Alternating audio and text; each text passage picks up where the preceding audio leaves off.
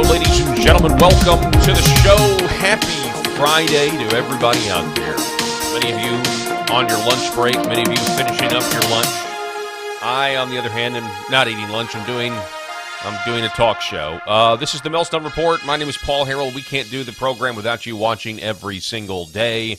We got a great show for you. Obviously, the front of the show is going to be centered on the news that Donald Trump and Elon Musk are getting a divorce, apparently. And then last night, people were saying, well, no, maybe they're going to make up. Maybe it's not a real divorce. Maybe it was just, two people, angry, and now they're going to make up. And then now, it's a whiplash. No, actually, the feud's going to last for a little longer. Or maybe not the feud. I think Elon Musk has calmed down a little bit.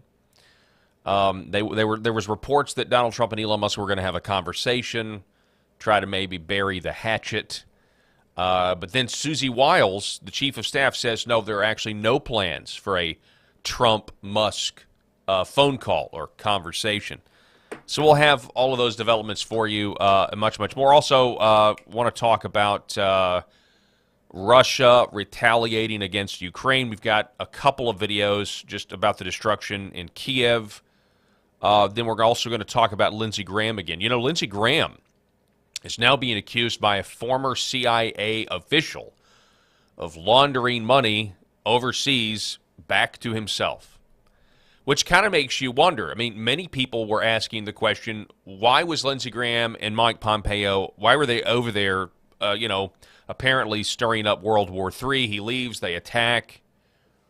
But maybe Lindsey Graham was over there covering his tracks. Something to think about. We've got that, much more to cover today on the program. But before we go any further, I want to thank our first sponsor of the day, Red Vive Health. Folks, you guys are taking advantage of the sale. There's a bonus sale going on right now because of Father's Day. Now it ends, I'm told it ends Sunday.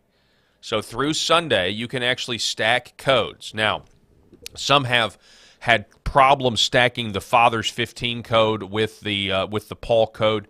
I'm told that those issues are resolved, but if you have any problems at all, you just call the number, and they'll take care of it for you. 866-726-8483, again, for these clinical strength red light panels that the medical industrial complex does not want you to know about. I'm thrilled that you can now stack these codes, and you can get 15% off with my code, 15% off with Father's 15. We'll tell you more about this here in a minute, but I just wanted to let you guys know that any technical, there are people that have done this. It's been fixed and resolved, but if you do continue to have problems, you want to make sure you start with my link, redvivehealth.org/Paul, and then when you want to click OK to accept the initial 15%, and then at checkout, add Father's 15, and everything should work out just fine. We'll tell you more about the healing power of red light here in just a moment. So here we go. Let's start with Trump and Musk are feuding over the BBB, the big, beautiful bill. I really can't believe that we are. It really is something special to think about the fact whether or not you agree with the big, beautiful bill or not, or whether or not you think it's fantastic. The fact that we're using the terminology of President Trump the way we are, because this is only a big, beautiful bill. This is only something that it's his vernacular, it's his emphasis, and the whole country is now adopting it, even in the mainstream media, is something to behold about how far President Trump has come in terms of his affecting the culture that we live in. All right, so there's plenty of memes out there about the Trump-Musk fight, and this is my favorite. For those of you listening to the audio-only version of this podcast, you're really doing yourself a disservice today. You can get the audio-only version. Just search Millstone Report or my name, Apple or Spotify. It's Mike Tyson holding two pigeons together. But there's Trump's face on one and Musk's face on the other, and then the headline is now Kith. It's pretty funny. Oh, you guys can't see it. Yeah. Now Kith. Kith and makeup. So there's that one. Also, Wasson Watch Company, which is quickly becoming, if not already, the most based watch company there is. In response to Elon Musk tweeting 21 hours ago, time to drop the really big bomb. Donald Trump is in the Epstein files. That is the real reason they're not being made public. Wasson Watch Company asks, can we go back to a previous save? Yeah, can we reload at a previous checkpoint here? Wouldn't that be nice? We'll talk about the Epstein allegation a little later, coming up here in just a minute, actually. We've come a long way from this interview with Sean Hannity, where Donald Trump and Elon Musk couldn't say enough kind words about each other. He's become one of your, if you read and believe the media, he's become one of your best friends. He's working for free for you. Well, I love the president. I just want to be clear about that. I don't care about that. I know. I love the president. You love the president. I think President Trump is a good man, and he's, you know. It's nice the way he said that. You know, there's something nice about it. It really is. It is. You know. Because, I mean, the president has been so unfairly attacked in the media. It's really outrageous. And I've at this point spent a lot of time with the president, and not once have I seen him do something that was mean or cruel or wrong. Not once. He's going to go into orbit soon. Okay. Yeah. No, he's going to go to Mars. He's Starlink? going to fly on his... At some point. Huh? Yeah. Is in over. I mean, they always ask me, like, do you want to die on Mars? And I say, well, yes, but not on impact. Starlink is in 100 countries. So look at them. Look at these two. I mean, two peas in a pod here, and now it's not so much. By the way, it is of note. I mean, I've been watching this, feud for the last 24 hours, and I'm just, basically just taking a breath with it all, because I think this is one of those things that actually is going to blow over, and I wouldn't be surprised if we see some sort of reconciliation, because what you basically have, you have two billionaires who are type A personalities, and they're clashing here, right? Some people have said, look, I didn't vote for Donald Trump to balance the budget. I mean, it certainly would be nice. We all want him to do that, and we'll talk more about whether or not the national debt or the deficit matters. Again, my whole take on it, I used to believe it mattered very much, but now I'm not so sure anymore. That's not to say it's the moral thing to do to spend more than you take in. It's not, actually. I'm not defending it in that regard, but clearly our financial system is not free and not it's it just seems like the whole thing is rigged anyway. It's what it seems like to me, but I digress.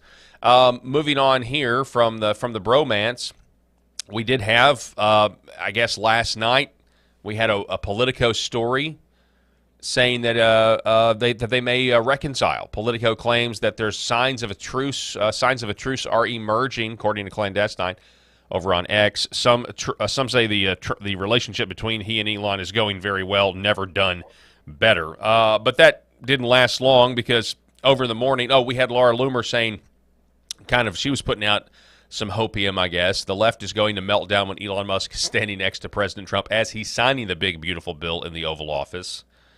Now, that's a prediction. That's interesting. But then this morning, hopes of an immediate reconciliation between the two men were dashed. Fox News' Peter Doocy says President Trump is getting rid of the Tesla he bought from Musk. We're told that Tesla, still sitting there, the red Tesla with Florida tags, is either going to be given away or sold off. And we're told that Tesla, still sitting there, the red Tesla with Florida tags. So I got to talk to my buddy Jacob Holloway. So Jacob Holloway, he's interviewed when we've done these bonus Paul Harrell program shows, where we are, in studio, no green screen, just kind of around the tabletop. And he's been great. He's got this great, political arc in his past. He's a fascinating guy to talk to. But he owns a Tesla, right? And so when he first got the Tesla, and he's right of center, he's on the right spectrum of things. Didn't used to be, but he is now, Trump supporter and everything else. And so when he originally bought a Tesla, he'd have conservative, conservative Republicans, pull up in front of him in big trucks and peel out and basically smoke his car, right? Because if you owned an electric vehicle or a Tesla, people assumed you were a liberal, or people assumed you were lacking in testosterone and masculinity. And you go from that to then the left hates Musk because he supports Trump, He's part of this political coalition that did put him in the White House. There's no way around that. I mean, that's a fact. And then he's afraid for his life and his tires, afraid that his tires are going to get slashed, afraid that, the liberal mob is going to destroy his car, if he goes and he charges it at an EV station in too public. But now it's going to reverse. Is it going to reverse again? That's the question, right? Is owning a Tesla going to be gay again? That's it's like a whiplash. In that Office episode, Michael Scott, snip, snap, snip, snap. I can't keep up anymore. Yeah, so for Tesla owners, the political climate is is certainly fluid. So this is what Trump has told the media this morning. He says, quote, "I'm not even thinking about Elon. He's got a problem. The poor guy's got a problem. No, I won't be speaking to him for a while, I guess, but I wish him well." So that's that's the latest that I have on the divorce. Now, it's important to remember as we talk about people who sometimes are on the outs with Trump, you have to think about somebody like a Megyn Kelly. So Chase Geyser writes, "This wouldn't be the first time Trump orchestrated a fake feud with a public figure to achieve a goal, case in point, Megyn Kelly." Now, I mean, I don't know if it was a fake feud or not. Some people probably believe that. This guy apparently does. But my point is more of how, when time has the ability to heal wounds, and so we'll see. There is something to be said about, regardless of whether you are on Elon's side or on Trump's side and that sort of thing, there is something to be said about the fact that Elon Musk is like the Republican Party's biggest donor ever, or maybe the most consequential donor for sure. There's something to be said about running that guy off, and maybe running that guy off might be that may not be what has happened at all here. It just may be, again, who knows what's going on. Remember, he showed up into the Oval Office, so on his way out, I didn't cover this at all, but on his way out, Musk shows up in the Oval Office with a black eye. And there's all of these speculative rumors that somebody in the Trump administration with Musk got into a fight and it actually got physical. There's all the speculation out there that something like that happened. So I don't know exactly what happened.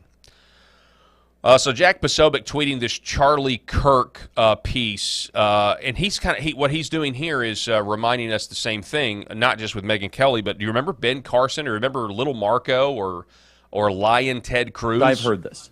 There is no way they can get back together because it's been so nasty the way they've attacked each other. And we always seem to defy the odds, where all of a sudden people that were so bitter. He called Little Marco that, he's now a Secretary of State, okay? I mean, he said that Ben Carson was a mental case, and literally, and Ben Carson ended up being HUD Secretary, and he made fun of the fact that Ben Carson was lying about being stabbed in his. You remember this whole thing with his belt? I mean, yeah, it was crazy. The 2016 campaign was absolutely nuts.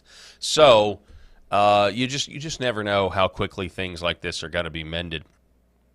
However, one of the things that Elon Musk's tweet did accomplish when he said, "Hey, you know why the Epstein files aren't being released is because Trump is in there," which is, that's a pretty low blow. If these guys were such best friends on that Hannity interview, and now, how long has Elon Musk known? If that's true, how long has Elon Musk known this? Why was he still sticking around? But the one thing that tweet did was get the Democrats to now demand for the Epstein files to be released. Congressman Eric Swalwell, who is famous for passing gas loudly on national television. Well, I guess he's more famous for sleeping with a Chinese spy. But his flatulence on live television is, when I think of Eric Swalwell, that's what I think of. That moment, I think of the moment where he clearly broke wind, and you could hear it, and he pretended like nothing had happened. Anyway, Eric Swalwell says, "Release the Epstein files now," in response to Elon Musk attacking President Trump and trying to associate him with Epstein. Of course, he wouldn't be the first person to have done this. Many people have tried to link Trump and Epstein together because they were seen in public together. Donald Trump, though, famously said something to the New Yorker about how Epstein likes him young. That was back in like the early 2000s, which was essentially Donald Trump exposing Epstein as a pedophile back then. You know, and there's obviously billionaires. A lot of billionaires like to be. I'm assuming this is a real photo, right? This is a photo of Elon Musk with Ghislaine Maxwell, right? Patrick Howley from National File posted this photo in response to this. So there's a lot of questions people have for Elon Musk now, after he dropped this tweet saying Trump is in the Epstein files. That's why they haven't been released yet. Candace Owens says, quote, Trump is implicated alongside a pedophile, and I knew it but didn't care because we were friends. That is not the flex you think it is. Some people are asking, okay, if you knew this the whole time, why are we just now finding out about it? R.N. McIntyre. So Elon would have covered up Trump being on the Epstein list if he had gotten spending cuts, if he had gotten the Doge cuts. See, this honestly, this does show, as far as I'm concerned, you know, I think Elon has just kind of flown off the handle here. Look, I get it, man. I get it. Washington, D.C. is corrupt. The swamp is real. You can't get them to cut spending. There's a way business is done. But see, I've been jaded in this. I mean, I've been an idealist, and maybe, I mean, I don't know. Maybe I'm condescending to an Elon Musk, but I mean, you got this guy who's in private business. Private business, you've got to have your T's crossed and your I's dotted way more than in Washington, D.C. You come in and you try to use this business acumen. You bring all these people in, and then, you know, newsflash, people in Washington, D.C. don't create anything. All they do is suck. All they do is take things and they tear down. They don't know how to create, many of them, for themselves. And so our system, even though it's a democratic republic, it's going to naturally attract people to office who want to destroy and take what they can't build themselves. That's a fact about Washington, D.C. It just is. And you got to know Elon knew it, but in some cases, like, you know, you have this meltdown because you're going to have this big pork, this big, you know, giant bill with all of these favors in it, but allegedly it also has the things that Trump said he would do for the American people when he campaigned. And so, look, I mean, I'm under no illusions, right? Like, aside from like a total societal collapse, I don't, or at least a lot more Elon Musk's or a lot more Donald Trump's or whatever. Like, it's going to take a long time to actually get, you know, to, you know, the place that a fiscal conservative, especially like a 2010 fiscal conservative, you know, that made all these promises. Like, I guess I've been jaded before. Like, I watched the Tea Party get astroturfed. I watched all the rhetoric just turn into excuses as to why they can't shrink government. So I've given up on actually shrinking government in a lot of ways. Like, I want it to happen. But when you spend $12 trillion in 2010 and now we've spent $36 trillion that we don't have, you might as well just say, you know, we owe a gigabajillion, quadrillion, $1 million because you can't pay it back. And by the way, Steve Deace has a really interesting point about why that is. Why is it? Why does the deficit and the national debt, the deficit contributes to the national debt, why does it not matter? Why does it? It is apparent that it doesn't matter. You know, eventually you have to pay the Pied Piper, I suppose, but there's apparently there's another system, there's another set of rules that's actually governing what's going on here. But anyway, back to this point. So Elon would have covered up Trump being on the Epstein list if he had gotten spending cuts. These are honest questions. Really Graceful, who's got a popular, you know, YouTube channel in X presence, she responds to Musk trying to rope Donald Trump in with Epstein, and she says, why wouldn't you make this information public the second you knew it? Right? Why keeping it silent? Then she also said, if nothing is WWE theater and it's all genuine, LOL, and today you imply that real Donald Trump is blackmailed doing very bad stuff in the Epstein files, and you've known about it for a while, then why did you bring your child around him numerous times? So these are just natural questions that people are asking by this swift about face and this. I mean, you could describe it as a tantrum. You could. But maybe there's some other disrespect other than electric vehicle subsidies. Maybe there's something else going on here that we don't know. Maybe that's why Musk wanted to reach out. It was reported that Musk has. There's been a few tweets where he said, "Yeah, we need to end this. We need to end this fighting." Right. So maybe that's going to happen. I don't know. Who knows? Susie Wiles says no. Susie Wiles is like the blockade. Like, she is like the blockade for a lot of stuff right now, and it's not good. J.D. Vance writing, President Trump has done more than any person in my lifetime to earn the trust of the movement he leads. I'm proud to stand beside him. So, obviously, Vance backing Trump in this feud. Laura Loomer reporting that people on Capitol Hill are not really sure what's going on, and they don't know whose side they could take. Of course, all they're worried about is taking the right political path so that they can stay in office. She writes, it's heating up. Will be interesting to see what Republican lawmakers do now. I know lawmakers who are asking if they should side with President Trump or Elon. I've been on the Hill all day, and it's all anyone is talking about. The most powerful man in the world versus the richest man in the world. Elon Musk saying, without me, Trump would have lost the election, Dems would control the House, and Republicans would be a 51-49 in the Senate. They'd be a minority.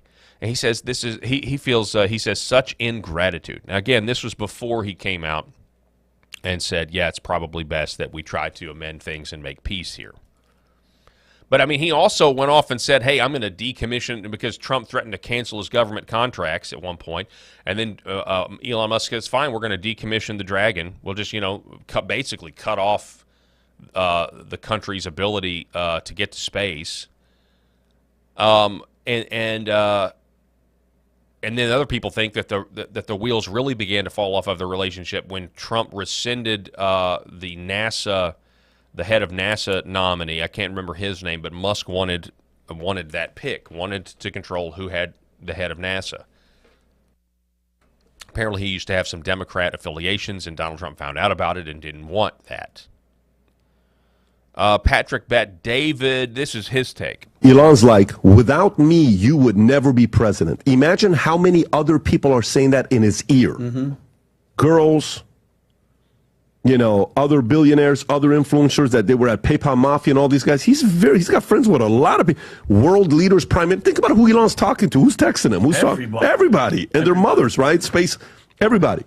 So imagine no, dude, everybody knows, man, behind closed doors. Without you, Trump would have never been president. You should have been the president. Yeah, if you would have, all this stuff, you would have never done this with the bill. You would have done this with the doors. You would have done this. Okay. The way he looks at him like this on this. But look at Trump. Yeah. He's sitting there saying, I almost freaking died. And I busted my ass at 78 years old, brought all of you guys together. We were about to lose this shit to Kamala. Jeez. And to freaking Biden, one of the two. Woke would have continued, ESG would have continued, all the shit would have continued. This is what you guys are doing to me? Seriously? A grandfather of this many grandkids and a family and all this other, you want to do this to me? Really? I think this is probably... Over Congress being dysfunctional.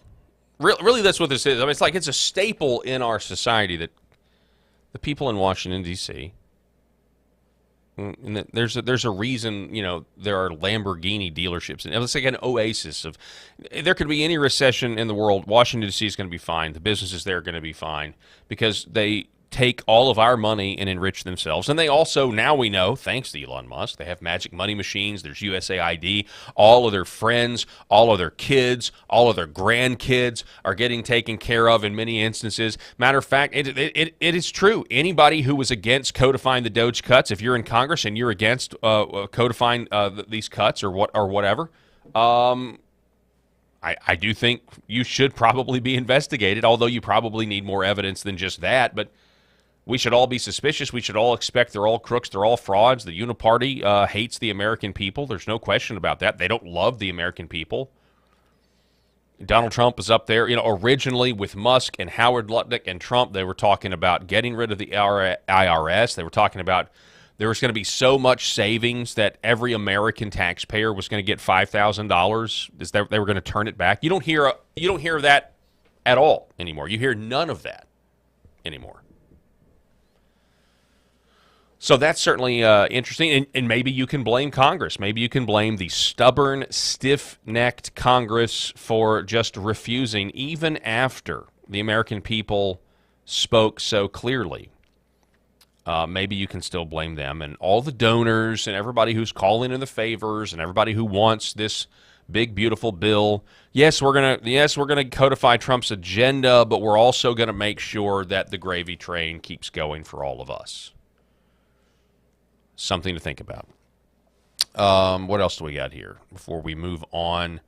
So this is what Trump is doing this morning. I think he's trying to kind of prioritize or kind of redirect and focus on what's actually happening right now, not focusing on this feud with Musk. He writes, prices are down, income is up, our border is closed, gasoline is cheap, inflation is dead, our country is booming, companies are pouring into America like never before. So this is the message that the White House, what Trump wants to refocus, this is what they're saying today. And then we had this. I don't know, is Musk being sarcastic here? Where it says Democrats are calling Trump's decision to end federal funding for California's high-speed rail project heartless, with just 35 years left to complete the project, was so close to completion you could almost imagine your grandchildren riding the rails. This is good news. So Trump cutting funding for California high-speed rail. Musk says, okay, I think he's being serious here. He says, sensible move by the president. This was kind of in the midst of the feud yesterday. Or maybe as the feud was kind of winding down, if you will. We're going to talk more about the debt and deficit here in just a minute, and you don't want to miss it. But before we do, I want to tell you about Red Vive Health and the great red light panels you can get over at redvivehealth.org. We're going to say right now, ladies and gentlemen, there's a huge sale going on. You can use my link, again, redvivehealth.org/Paul. That's redvivehealth.org/Paul. It's there on the screen now. You want to make sure you use that link. Should be in the description of the video you're watching. That's going to give you the 15% off. And then if you add at checkout the additional code, Fathers15, let me take that off and let me put it up here. Use Fathers15, and you're going to get 30% off. This has already been a huge deal. People have been buying left and right over the last 24 hours. The deal's going to end on Sunday. But this is in preparation for Father's Day, which I believe is still, it's not this weekend, but next weekend. But the sale's going to end this Sunday, is what I'm told.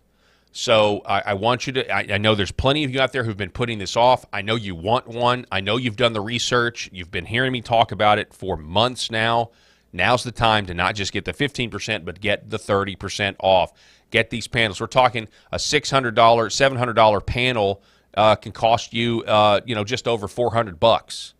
Okay, so and that's the small one, and then it's even better if you get the bigger ones, right? So for those of you that don't know, this is amazing clinical strength technology the medical industrial complex does not want you to know about. We're talking about stimulating the mitochondria of your cells, of your body.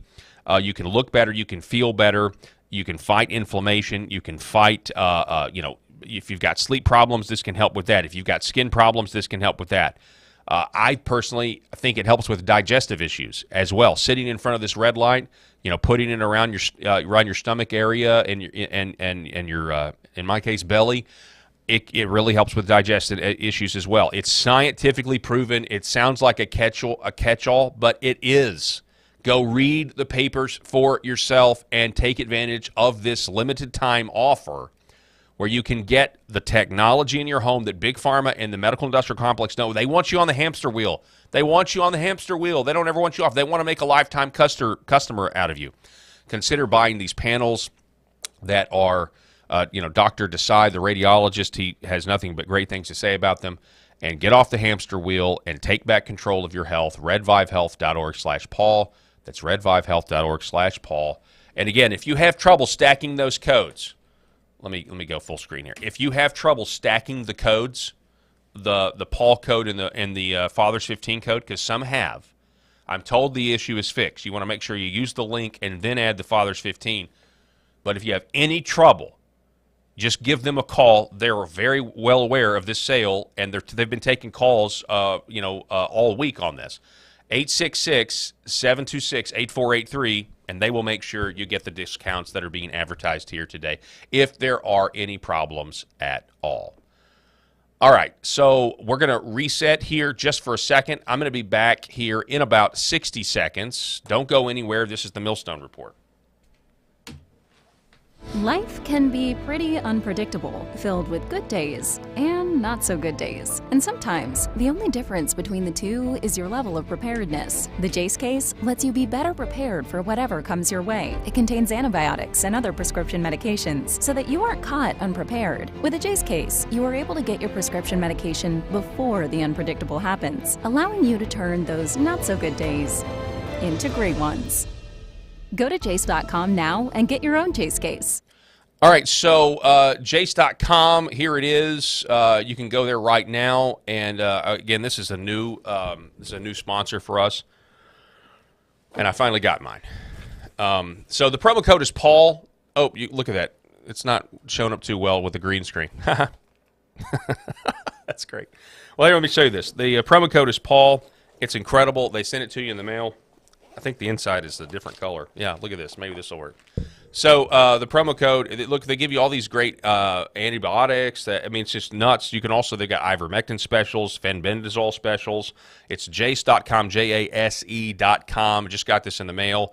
And then if you use promo code Paul, you'll save some money on that. So make sure you do that. It's another way to get prepared. You know, what happened with COVID and the supply chain was just like absolutely insane. So maybe I'll have to tell them, maybe they can give me a different box.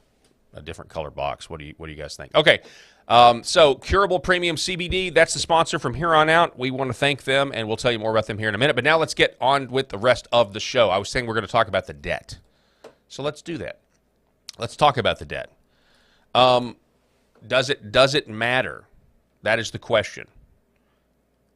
So Steve Deace has I've been trying to talk about this. I'm trying to conceptualize my view on this for a while now.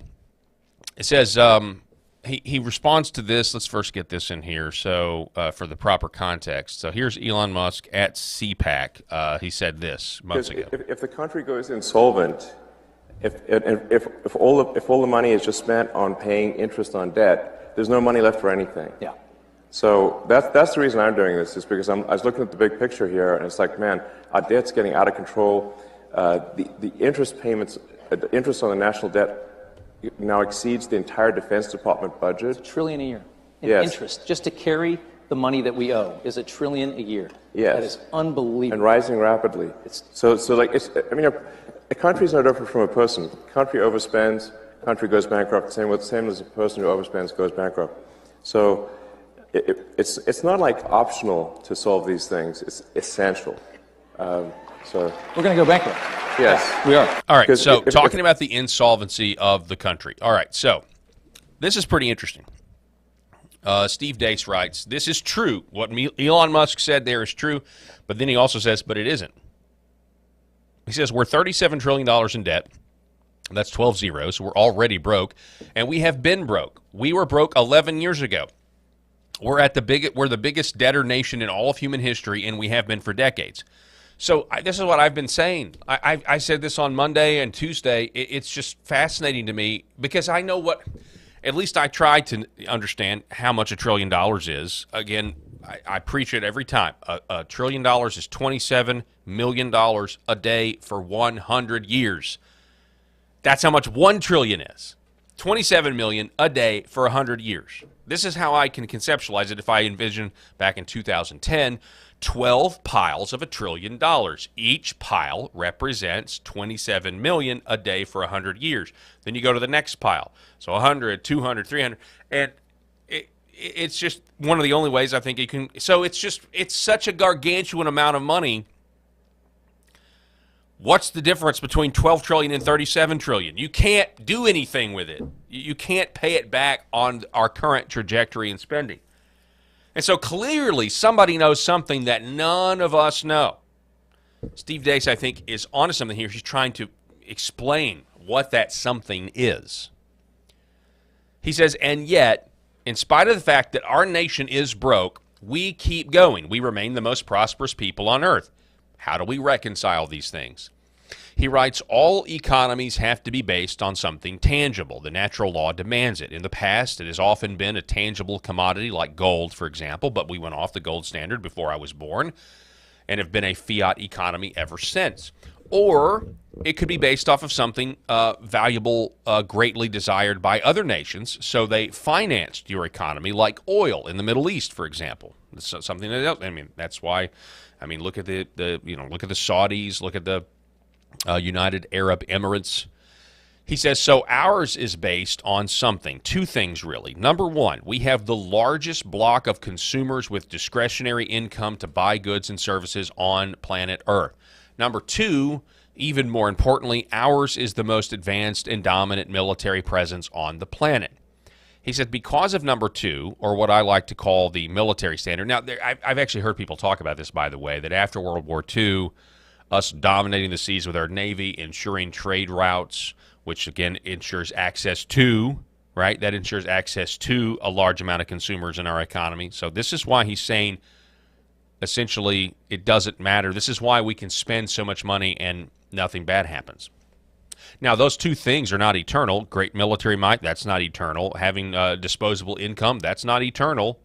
So it could all go away easily. But listen, he says, because of number two, or what I like to call the military standard, there is no rival nation with the cojones to show up at the city gate or on our shores with an invading armada ready to call in the note saying, pay us what you owe, which is how such debtor nations were dealt with for thousands of years, and what often prompted one empire/dynasty to fall or another. Therefore, number one comes into play, and rival nations are instead invited to take advantage of our preeminent consumer bloc as financial incentive to look the other way and keep rolling over the debt.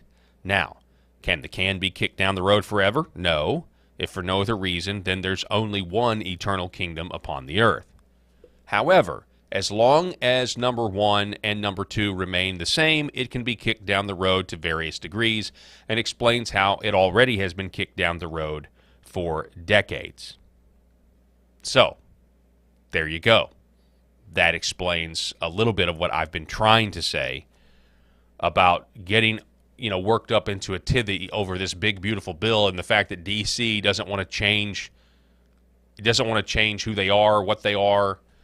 That lets you know a little bit more about it behind the scenes. Now, there is some stuff in this big, beautiful bill that is disturbing, and we need to talk about it. There's a provision in the bill that needs to be removed that would basically, some people are warning, Alex Jones is a warning that it would create an AI dictatorship. An AI dictatorship. He says, overall, I support the BBB, but this extremely dangerous section must be pulled out of the Senate version. Essentially, it would ban the states of this union from regulating artificial intelligence in any way for 10 years. Which is, there's a lot of people, I don't even know. Like with AI, the only thing I know to do, because I know it's a problem, I know, coincidentally, like right before, here's the kicker. It's just a coincidence, though. Oh, just a coincidence. Right before we may be getting the Epstein files, or we may finally learn, they say there's thousands of videos with Jeffrey Epstein and probably other people. We're now getting AI is just coincidentally to the point where it's getting so difficult to tell what's real and what's fake. Just a coincidence. Just a coincidence. So this is what Joe Rogan talked about the danger of AI. Listen. What about this big, beautiful bill? Isn't there a part of the big, beautiful bill that talks about the government being run by AI? I read something about that today, but I was on the way out the door and I couldn't figure out whether or not it was horseshit. I had also read another study that was... Kids. Viewer discretion advised, parents. Parents, viewer discretion advised. I don't know about the language in this. We try to keep it clean here. Done where they found that AI was leaving notes for future versions of itself after it was told to shut itself down. It started uploading itself to different places and leaving letters, leaving specific notes to itself, to future versions of itself. Oh my God. It's like a human with a dead man switch or Yes, something. it's being deceptive. It's exhibiting self-preservation. Relevant provision reads that no state or political subdivision may enforce any law or regulation regulating models, artificial intelligence systems, or automated decision systems during the 10-year period beginning on the date of enactment of this act. What? I'm going to say that again. No state or political subdivision may enforce any law or regulation regulating artificial intelligence models for 10 years. It's so crazy. This means that U.S. states would be blocked from enforcing laws regulating AI and automated decision systems for 10 years. Well, in 10 years, we have a God. Well, we talked about yesterday these two AIs communicating with each other, and then they switched to Sanskrit. No way. They started talking to each other in Sanskrit. Are you serious? Yes. Jesus Christ, it's like a game of whack-a-mole. So, yeah, What it's about the- Sanskrit. It's like, well, let's talk in a language that's going to be more difficult for the humans. Let's talk in a dead language so that we can plot. I mean, we've all seen Terminator. I mean, we've all seen Skynet. We all know what Hollywood has been saying for a very, very long time. And you combine that with the drones and, you know, some of these sci-fi movies where the drones and and then in real life facial recognition software that just, you know, I'm going to find a face and then I'm going to explode as soon as I find the face that I'm looking for. And speaking of drone warfare, Jim Ferguson from the United Kingdom says it's begun. Waves of Russian bombers unleash strikes across Ukraine. The skies over Ukraine are burning. Russia has launched a wave after wave of long-range bombers and missile strikes on a scale that's not been seen in months. Here's a little photo. Here's a video of it. We got people watching the explosions. Apparently, this is from the Kiev center. Airstrikes in Kiev today, which I guess would be yesterday at this point for them. Obviously, Jim Ferguson has Freedom Trade International. He wants you to know about that. Then we have a Russian cruise missile. This is just reported by Lord Babo. A Russian cruise missile rains into factories in Lunsk. Watch this. Got one missile there. There's another missile there. Yeah. And then one more there. So, yeah, it's is this the retaliation? Will Putin say, you know, now let's talk peace? I don't know. Lindsey Graham is being accused of money laundering. That's right, Lindsey Graham. Now, before we get to the accusation, Lindsey Graham took to Twitter to respond to Donald Trump meeting with the German chancellor yesterday in the Oval Office. He says, I share President Trump and Chancellor Merz's view that this brutal war between Russia and Ukraine needs to end now. In that regard, I've been working in a bipartisan fashion to give President Trump more tools when it comes to Russia and those who prop up Putin's war machine by buying cheap oil and gas. Like he wants China to pay. He wants to poke, you know, he's upset that China's been buying oil from Russia. He says, I've coordinated closely with the White House in this endeavor from day one.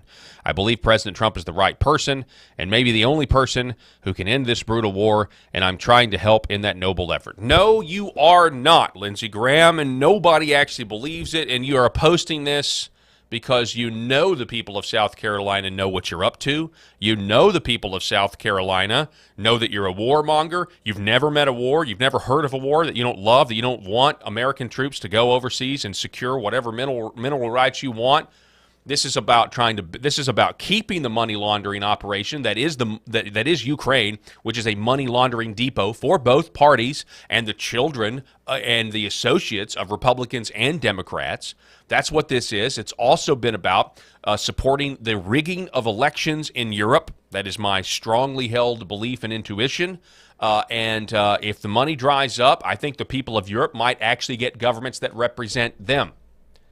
And yeah, and I think you want to start World War III. I think that peace between Russia and Ukraine means that war is likely between Israel and Iran, and by extension, dragging the U.S. into another Middle Eastern war. I think if there's normalization, I think if we normalize and actually make peace with Russia and we open trading routes the way Marco Rubio and Donald Trump have said, and you're undermining that, by the way. Lindsey Graham is totally undermining that mission, regardless of what he says, working closely with the White House. Yeah, who in the White House? Somebody like a Mike Waltz? Well, he's no longer there. He's been put out to pasture at the United Nations, which is facing bankruptcy. So anyway, let's get to the allegations. Former CIA officer says that Lindsey Graham, well, I'll just let you hear it. He says he's money laundering. And let me say something about Senator Graham.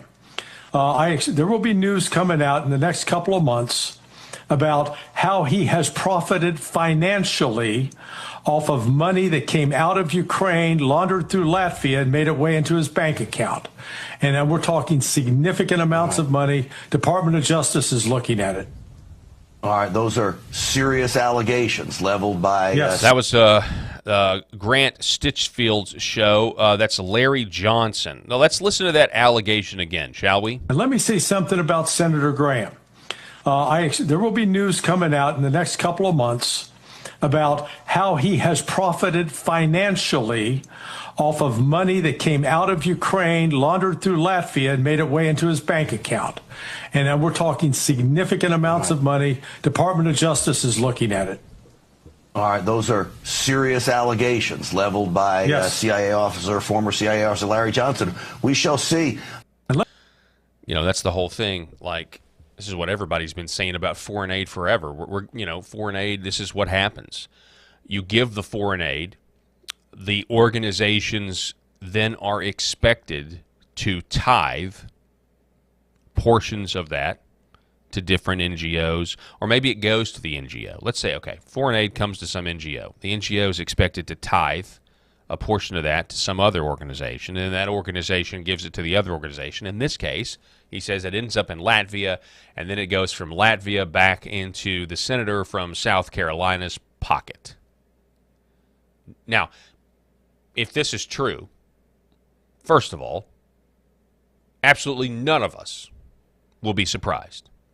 We all expect that people like Lindsey Graham and many others in Washington, D.C. have been doing this for decades and have never been caught. They have never been investigated because this is the way things are done. This is how they enrich themselves with our money. But if this is true, Lindsey Graham should be investigated, charged, and tried, and sentenced to jail. He certainly should not be the senator from South Carolina. Which really brings, if this is true, this brings up an entirely different scenario.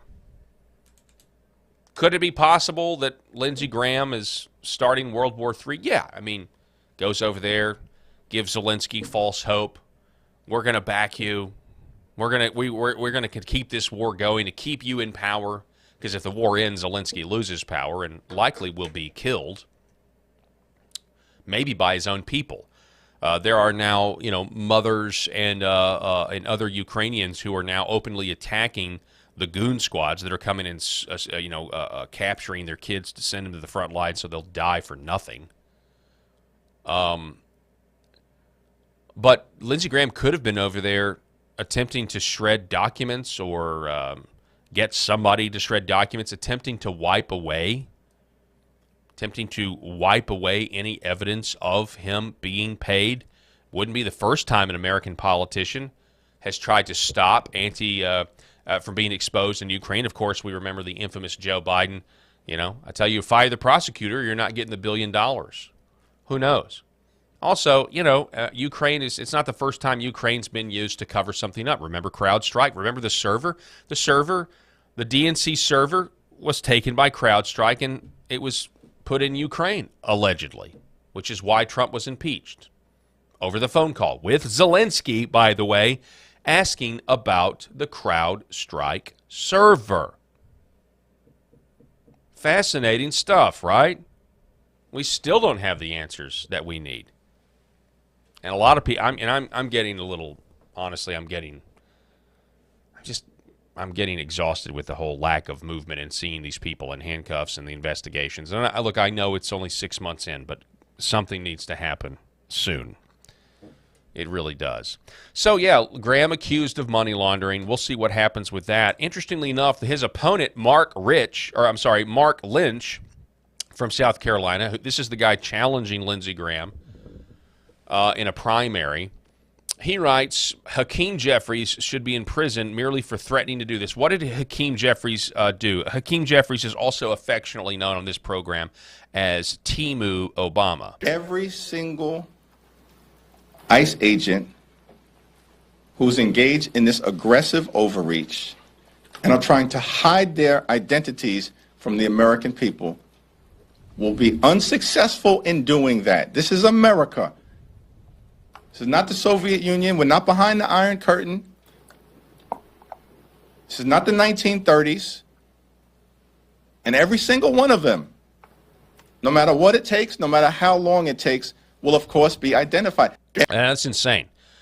House Minority Leader Hakeem Jeffries is now essentially saying we will unmask ICE agents and we will let their identities be known to the world, which would also include the cartels in MS-13 and Tren de Aragua, the very people that are enemies of these Mexican gangs. It's insane. Right? I mean, the idea of covering your face when you're taking on the cartels is not new. The Mexican police have been doing it for years because they know that they don't want their families murdered and dismembered. They don't want to find their families in a van just full of torsos, missing arms and legs and heads, which is a real thing, by the way, that's happened. Mark Lynch, Republican candidate for South Carolina Senate, says Hakeem Jeffries should be in prison merely for threatening to do this. Mike Johnson should direct the House Sergeant-at-Arms to arrest Hakeem Jeffries immediately because this is a direct threat. This is a danger. But it fundamentally shows you not just the political opportunism and tomfoolery of somebody like Timu Obama, Hakeem Jeffries, but really just shows you doesn't understand that this is actually a war. We are actually at war, and Democrats like Timu Obama have been running a proxy war against the American people using those Mexican drug cartels against us, by the way. Not just Democrats, the Uniparty as well. So in other news, we got some really interesting news. The Supreme Court, in a unanimous decision, has basically ruled that anti-white, anti-heterosexual, or, normal, anti-heterosexual bias is illegal under the Civil Rights Act. Nick Sorter writing, I can't believe this had to be litigated at the Supreme Court, but this is a big win regardless. The case is called Ames v. Ohio, headlined the Supreme Court's rare moment of unanimity against a DEI rule explained. This is by Vox, by the way. I picked Vox because it's Vox. I wanted to hear what, a liberal take on this would be. So on Thursday, the Supreme Court handed down a raft of mostly unanimous opinions, 3 of which reached a conservative outcome despite the fact that they were each written by Democratic justices. Sometimes the law in a case is clear. Ames v. Ohio Department of Youth Services, authored by Biden, appointed Justice Ketanji Brown Jackson, was the first of these 3 cases. It involved a clearly illegal background circumstance rule. Now, let's talk about this. Let's go back to this piece here. So, the petitioner in this case is Marlene Ames, a heterosexual woman who worked for the Ohio Department of Youth Services in various roles all the way since 2004. In 2019, the agency interviewed Ames for a new management position, but ultimately hired another candidate, a lesbian. The agency subsequently demoted Ames from her role as a program administrator and later hired a gay man to fill that role. Ames then filed this lawsuit against the agency under Title VII, alleging that she was denied the management promotion and demoted because of her sexual orientation, because she's normal. The district court granted summary judgment to the agency, and the Sixth Circuit affirmed. The courts below analyzed Ames' claims under McDonnell Douglas Corp. v. Green, which sets forth the traditional framework for evaluating disparate treatment claims that rest on circumstantial evidence. At the first step of that framework, the plaintiff must make a prima facie, or prima facie, forgive me if that's not how you pronounce it, but you got to basically make a claim showing that the defendant acted with a discriminatory motive, like the district court. The Sixth Circuit held that Ames had failed to meet this requirement, had failed to meet the burden of proof that she needed to come up with because she had not shown background circumstances to support the suspicion that the defendant is, this is a really weird word, is a phrase, is that unusual employer who discriminates the majority. So you see what they're saying here? It may be, so the other courts, the lower courts, have been saying, why would anyone discriminate against the majority? This country's majority white, majority straight, heterosexual, and so the lower courts were putting the standard up there that, well, it would be really unusual for somebody to discriminate against the majority of the country, which is, of course, preposterous, but this is what they argue. They assume that if you're a minority, well, that's normal there, discriminating against minorities. But why would anyone discriminate against majority? You're claiming you're being discriminated against, but you're the majority. You're a white woman who's straight. So that's what they mean when they say unusual employer who discriminates against the majority. The court reasoned that Ames, as a straight woman, was required to make this showing in addition to the usual ones for establishing the burden of proof. So, essentially, the court rejected this. As Jackson writes in her opinion, the disparate treatment of majority group plaintiffs is not allowed. She quotes the Supreme Court's opinion in McDonald versus Santa Fe, which held that the federal law governing employment discrimination prohibits racial discrimination in private employment against whites on the same terms as racial discrimination against non-whites. The plaintiff in Ames alleged discrimination based on sexual orientation rather than race. Marlene Ames is a straight woman who was passed over for a promotion that was ultimately filled by a lesbian. She was later demoted and replaced in her previous role by a gay man. She claims that she was discriminated against because she is straight. Neither the lower courts that heard this case nor the Supreme Court, however, actually determined whether Ames is a victim of anti-straight discrimination. Instead, both the trial court and appeals court, the United States Court of Appeals for the Sixth Circuit, ruled against Ames because of an unusual rule applied by the Sixth Circuit. Again, the idea that, well, that'd be unusual if you discriminated against the majority. So what does all this mean? Well, it means, it means what everybody, I guess, what was the phrase? Reverse racism is real. You can't be reverse racist or reverse discrimination. Matter of fact, yes, the majority can be discriminated against, especially when you have the majority that has been demonized as the problem, and all of America's problems come back to white people, and that has been disseminated through every corporation, through DEI, through ESG, through all of that. The central focus is white people bad. Not just orange man bad, but white people bad has been the mantra of the left in this country, of corporations in this country for the last 15 years. But in light of this ruling, I do want to say this. It's interesting that on Pride Month, as we're 6 days into Pride Month, a couple of days ago, Pete Hegseth decided to rename a battleship. ABC News says Defense Secretary Pete Hegseth has ordered the Navy to strike the name of gay rights activist Harvey Milk from one of its ships, orchestrating the change as Pride Month celebrations take place. This is obviously not an accident. Hegseth knows exactly what he's doing here. Orders the Navy to rename the ship, honoring the gay rights activist.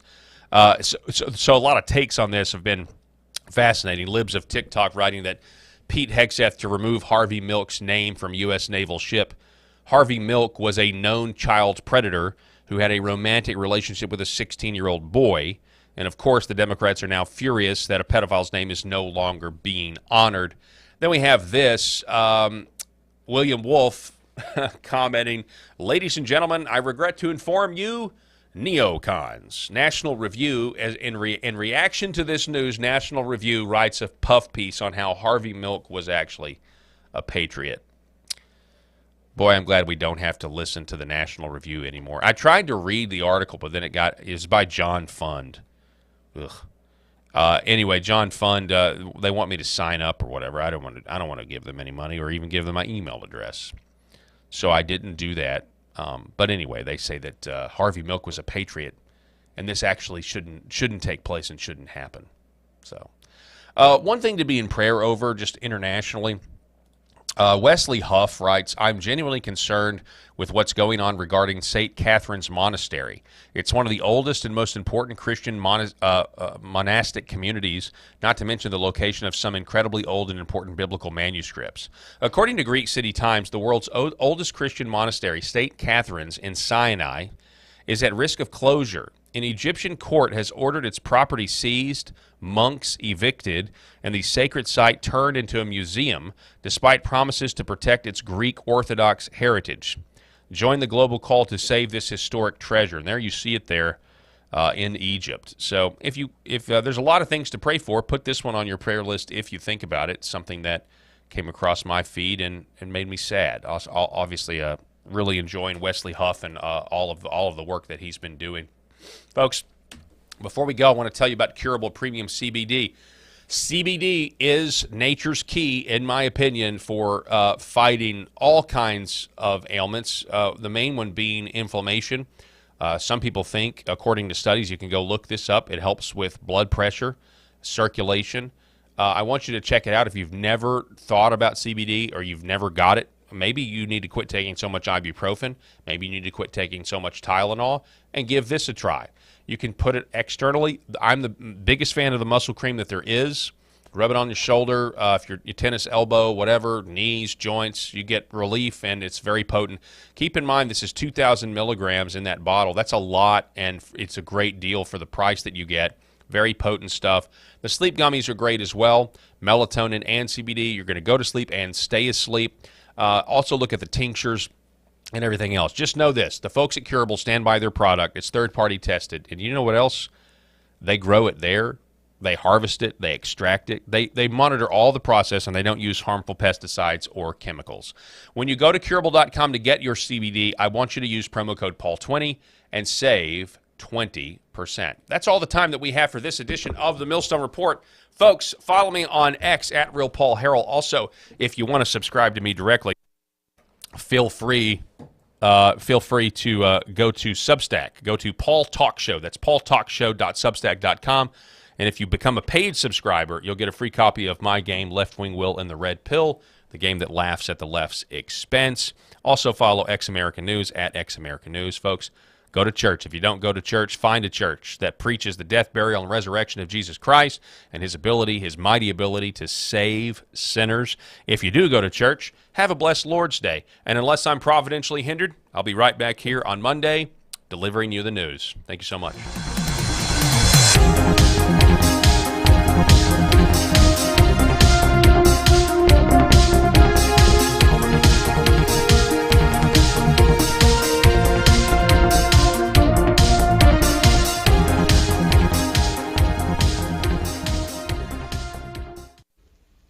The very foundation of the Christian faith is based